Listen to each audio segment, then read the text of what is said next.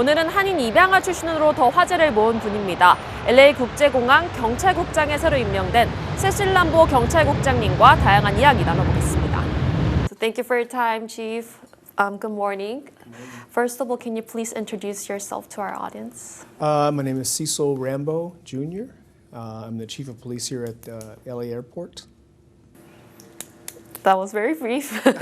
Okay. So how's your background? Did you grow up in LA or? So yeah, my background is I'm adopted from Korea, from Korean orphanage, and my parents lived in Compton at the time. And we moved from Compton in the early 1960s, and I grew up in South Los Angeles. I attended George Washington High School. I went to Humboldt State University, which is in Northern California. I graduated from there with a sociology degree in 1980 and joined the Sheriff's Department in 1981 and spent 33 years working in the Sheriff's Department and a total of 38 and a half years working for the County of Los Angeles. So after I retired there, then I retired in 2014 and became an assistant city manager in Carson when they were building the stadium or trying to vie for the stadium. And then I became the city manager of Compton. So I did city management for about 5 years before I applied and received this job. So you've been 33 years of sheriff. What motivated you to become a sheriff? You know, it was really luck. I spent a few years, as I said, working in the county as a lifeguard. And, you know, I really didn't, I didn't want to be a policeman my whole life. It's something that I just kind of fell into. And I applied. I had no mentors. I didn't know how to even get the job. And I applied for the sheriff as well as LAPD, and the sheriff happened to call me first, and the rest is just history. Mm-hmm. And so you're like LA person, I guess. Yes. You grew up in Compton. Compton, South LA, yes. Wow. And you got promoted as chief of airport police recently. Oh, what was your reaction from your family? They must be really happy about it. Yeah, I think, I had looked at the airport police for a number of years, and, I have friends and family that have worked here. And, you never, even though I was very high ranking in the sheriff's department, I wasn't the sheriff. So being the chief is a tremendous honor. It's a big organization. It's the fourth busiest airport in the nation. There's a lot of responsibility, and I just enjoy working. I could be retired, but I really, I enjoy working. And I remember I went to Korea back in 2010 for Police Week, and it struck me how hard working, we are, because people work long hours, and I think it must be a little genetic that I won't quit working. You talked about a little bit about that you're Korean adoptee, and your life story resonates very well with the Korean American community because of that background too. Can you tell us a little more about your background? So my mom, my parents were World War II era people. So my mother passed in 2015 at 95. So they were African American. They grew up in predominantly separate but equal America, pretty much. So you have those cultures and those values. Combine that with the people who were raised in the greatest generation, as Americans would say, the ones who lived through the Depression, lived through World War II. So you have that perspective. So I was really blessed to have their wisdom and their experiences. My mother told me, revealed it very early on, because they were African American and I'm half Korean and I looked very Asian, particularly when I was younger. So they just said, hey, you're adopted. We really wanted you. We love you. And so the whole family, the whole Rambo family, embraced me and raised me. So, but then I recently found my real father actually on Ancestry. Oh. So, and then that's a whole nother story of how he met my mom. And she was very young in Korea when he went there in the late 50s, as a teenager himself. So you actually got contact with your father? Yes. He was there. He was there at the swearing in. Wow, okay. Right.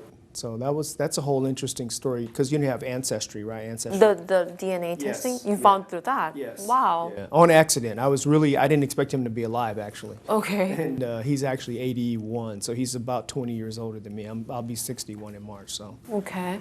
And he lives in the States, I guess? He lives in Nevada, in Vegas, yes. Not far away. Right, right. How was that? Like when you first hear your biological father?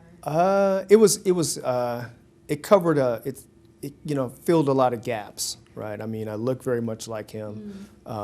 Some of our behaviors are the same, and it just kind of helped, validate some things that I wondered about, and so I mean, it'd be interesting to find my mom, but that's a whole nother issue. I'm not sure how robust 23andMe or even Ancestry is in Korea, but so I think it's in the 50s you couldn't imagine finding your biological parents at all, So here we are in this new era of scientific achievement, and so a lot of things can be revealed that maybe were kept secret or whatever.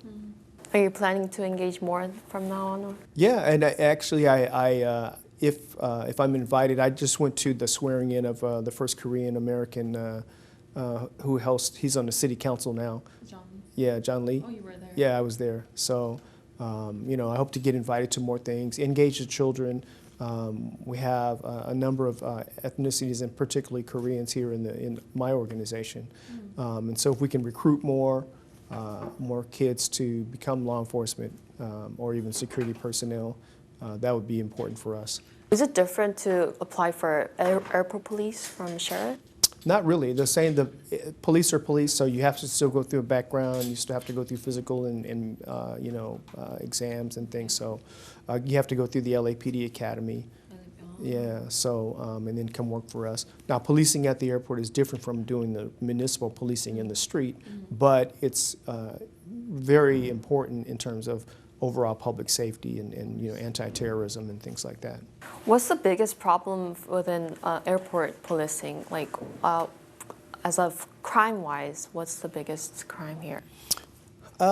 Petty thefts, Here too? yeah, the Within usual. airport? Yeah, the usual stuff, because you have folks that pilfer bags, or it's not there's no violent crime, but there's always little thefts and things that go on.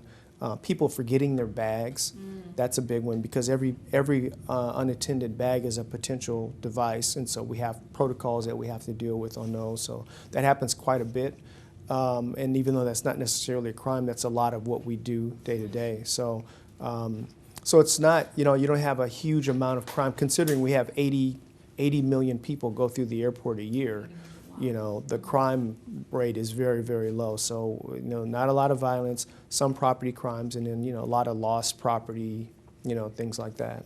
This is questions from our viewers, actually.